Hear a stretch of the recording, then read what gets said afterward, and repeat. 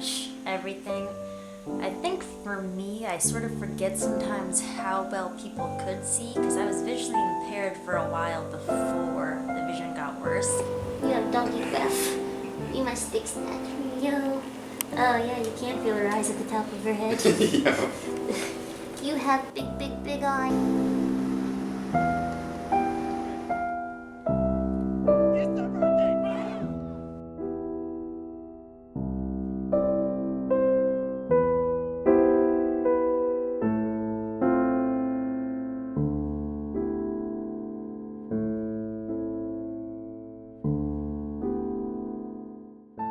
Ashley Brow looks, sounds, and acts like any other 25-year-old who lives in Massachusetts.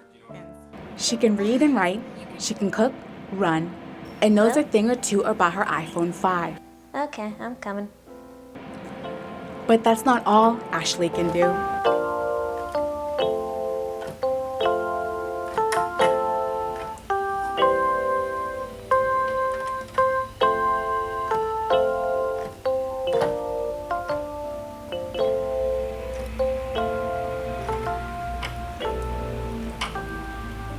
I don't usually play for people, I just play to listen to the music myself. And sometimes if you make a mistake, it's fun to realize why you made the mistake and go back and do it again. And I get a little obsessive, so if I mess up once, I have to play the song like 50 times until I'm convinced that I can do it right. It's just kind of a fun extra thing to do.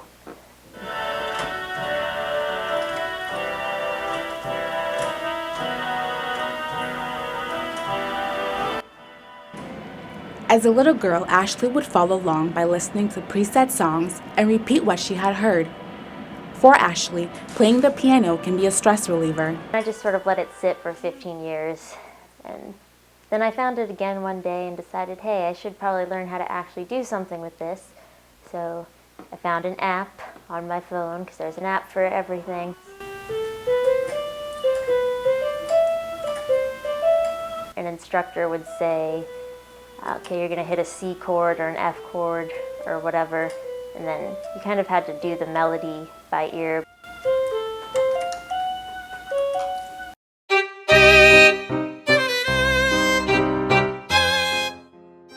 Childhood was never boring for Ashley. She was born and raised in Mashpee, a town located on Cape Cod. Ashley was the youngest of 2 children and attended Quashnet Valley School.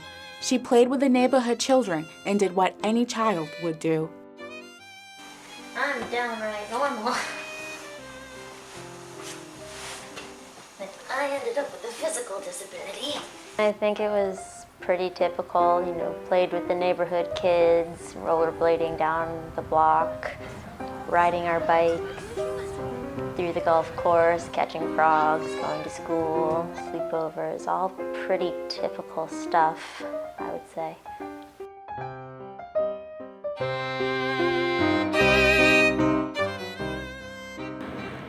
But despite the many ways she assimilates her friends and family, Ashley has qualities uniquely her own. Ashley is the first in her family to get a college degree. In 2013, she received her master's in communication science and disorders. But for 11 years, Ashley has been visually impaired.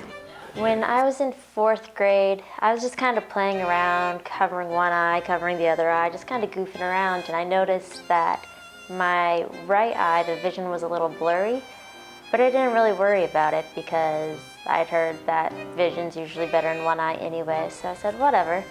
And, there was nothing wrong with my vision day to day, so I just kept going. And then in 5th grade, I did it again for some reason, and I realized there was no vision in my right eye anymore.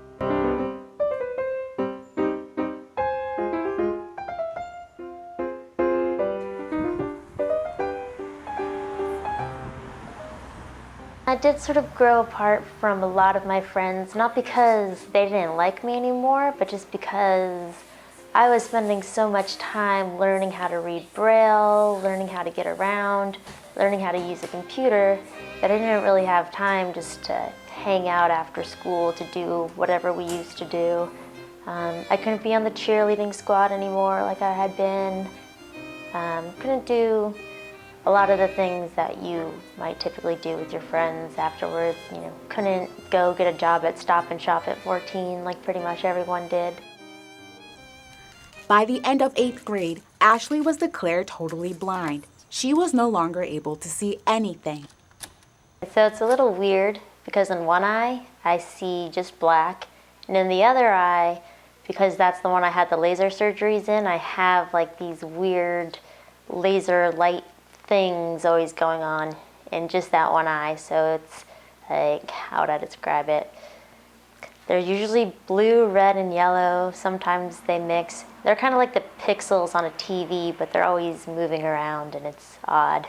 And sometimes they'll change if I get really tired or if I get really like overworked physically.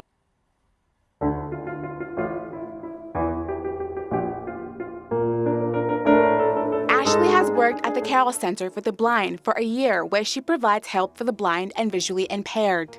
She commutes from her apartment in Somerville to Newton every day.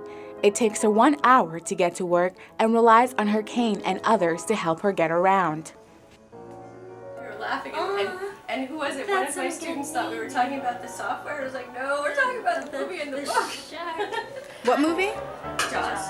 What makes it a fun place to work is that a majority of the people who come here really want to learn. You don't usually come for an intensive rehab program half-hearted about it, so that always makes it fun. And everyone here is just very casual most of the time. You know, everything's a first name basis. There's no Miss Brow. They have a really cool philosophy here. It's very intense, but also very nurturing and supportive, which I really like. No one throws you under a bus. It was at the center that helped Ashley learn the skills to live as a blind person. Established in 1936, the center developed methods for the blind and visually impaired. For more than 70 years, the center has provided skills and services in rehabilitation, recreational opportunities, vocational, and transition programs. We outreach to health centers, senior facilities, doctors' offices, vocational rehab facilities, to educate them about our services and identify potential candidates who could benefit from coming to the Carroll Center. So mostly individuals who've had a significant loss of vision or recent loss of vision who need rehabilitation so they can learn adaptive skills to sort of live independently and learn to adjust to their vision loss. I'm learning daily living skills. I'm also learning job skills. And a lot of these things are more new versus review. So because of this, I feel like this will benefit me more because it's not like, oh, I've done this before. This is all new to me because I've never really been introduced to some of these new job skills. The thing about the tips, though, is they're clearly not for voiceover users. No, they're not. One of the things that we always strive for that I think Ashley exemplifies is that she takes risks. She's willing to learn things. And I think that having an employee like that is a great role model for the other consumers that are here to say, yeah, if she can do it, I can do it. Oh, well. She teaches me a lot about computers. Like the other day we were learning about Kurzweil, and before that she was teaching us how to use Microsoft Excel.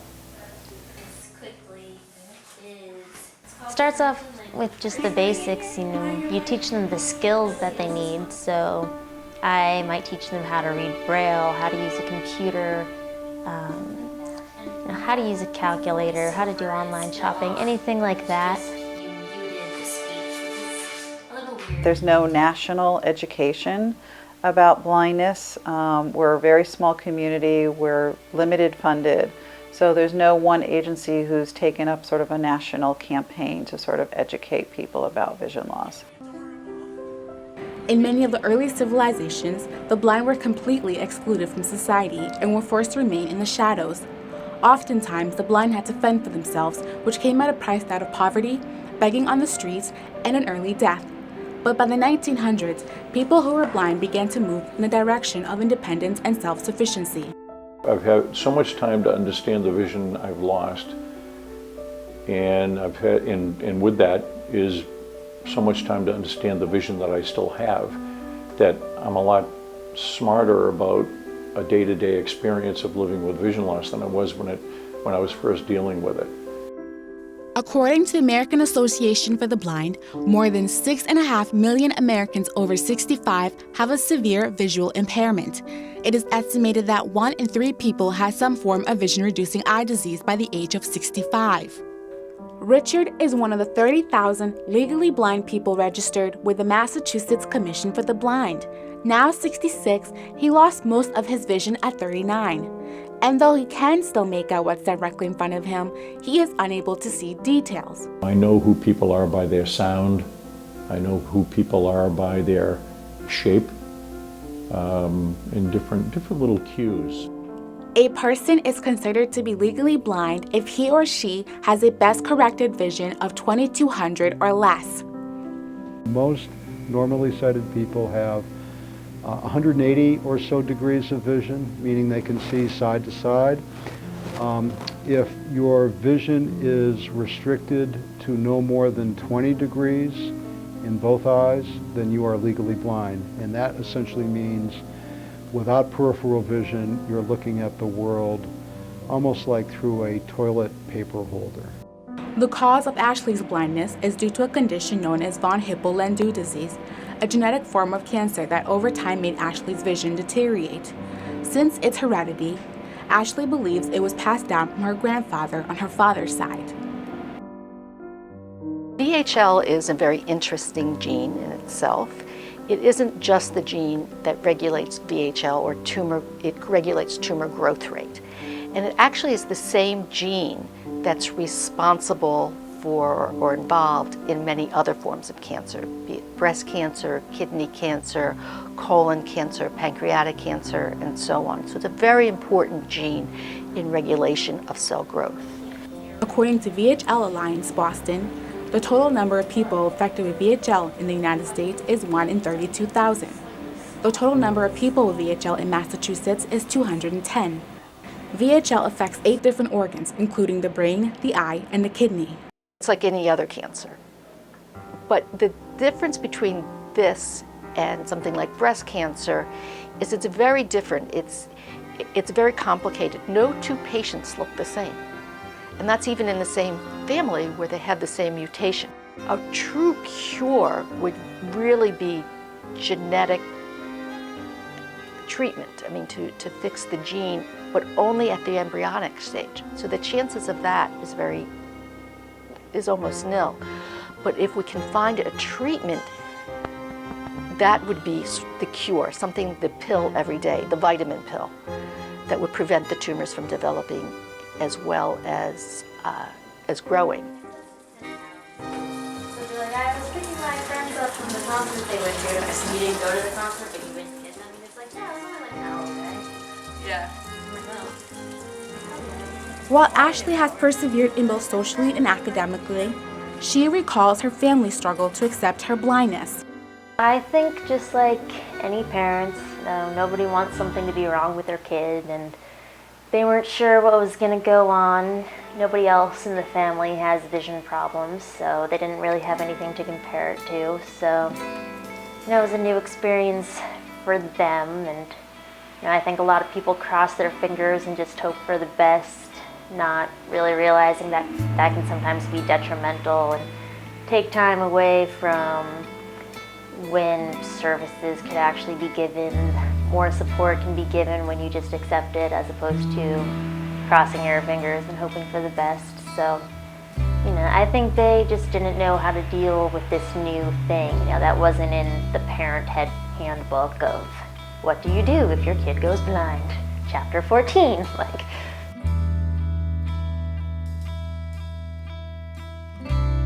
But Ashley's story has a silver lining.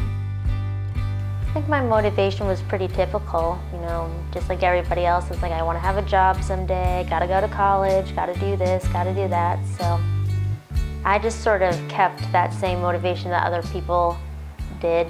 And so I was like, well, if I want to go to college, I need to be able to read, obviously. I need to be able to use a computer. So I was just like, okay, what do I have to do? I'm going to start doing it now.